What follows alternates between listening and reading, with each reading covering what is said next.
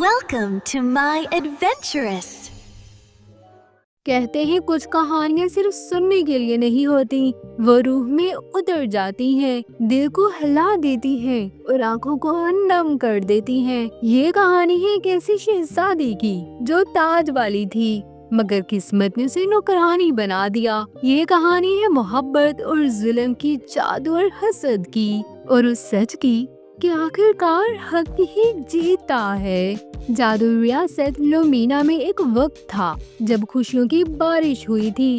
بادشاہ ایلدور اور ملکہ ایلینا کی اکلوتی بیٹی شہزادی لاریسا روشنی کی طرح پورے محل میں چمکتی تھی۔ اس کی ماں اسے ہر رات چاند کی لوری سناتی اور کہتی، میری لاریسا تم عام بچی نہیں ہو، تمہارے دل میں جادو ہے۔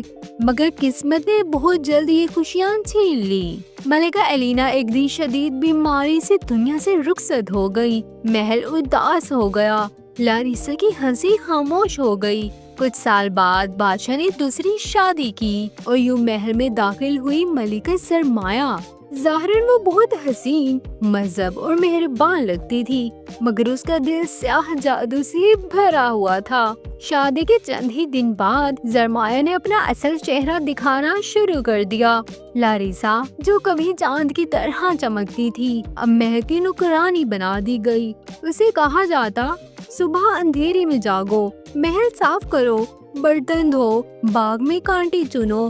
سرمایہ روز آئینے کے سامنے کھڑی ہو کر پوچھتی، اے روبین، اس ریاست میں سب سے حسین کون ہے؟ آئینہ کہتا، ملکہ سرمایہ، آپ حسین ہیں، مگر دل کے نور میں شہزادی لاریسا اب بھی سب سے آگے ہے۔ یہ سن کر سرمایہ کے دل میں زہر بھر گیا۔ ایک رات جب لاریسا باغ میں روتے ہوئے پھولوں کو پانی دے رہی تھی، اچانک چاند کی روشنی تیز ہو گئی۔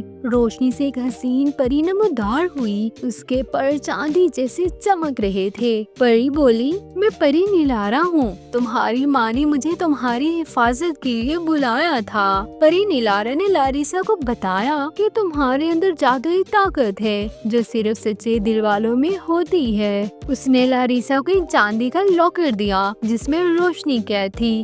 سرمایہ کو آئینے سے پتہ چل گیا کہ لاریسا زندہ رہی تو تمہاری طاقت ختم ہو جائے گی۔ اس نے لاریسا کو جنگل بھیجنے کا حکم دیا، وہاں سے کالا نیلا پھول لاؤ ورنہ محل مت لوٹنا۔ جنگل میں خونخوار درندے، زہریلے سانپ اور اندھیرا تھا، مگر پری نیلارا غیب سے اس کی حفاظت کرتے رہی۔ اچانک لاریسا کو شدید درد محسوس ہوا اور اس کے ہاتھ سے روشنی نکلنے لگی۔ وہ بے ہوش ہو گئی۔ اسی لمحے وہاں سے شہزادہ ریان گزر رہا تھا، اس نے لاریسا کو بچا لیا۔ شہزادہ ریان نے لاریسا کے اپنے محل پہنچایا جہاں شفا بخش جادو سے اس کا علاج ہوا۔ چند دنوں میں وہ دونوں ایک دوسرے کے دل میں اتر گئے۔ لاریسا نے اپنی پوری کہانی سنائی۔ ریان نے قسم کھا لی، میں تمہیں تمہارا حق واپس دلاؤں گا۔ ریان اپنی فوج کے ساتھ لومینا پہنچا۔ پری نیلارا نے آئینہ روبین سب کے سامنے رکھا۔ آئینے نے سرمایہ کے سارے کالے راز ظاہر کر دیے۔ سرمایہ نے آخری وار کے لیے سیاہ جادو کیا، مگر لاریسا کا چاندی والا لاکر چمکا اور روشنی نے اندھیرے کو جلا دیا۔ سرمایہ کا جادو ٹوٹ گیا اور وہ خود اپنے ہی جادو میں قید ہو گئی۔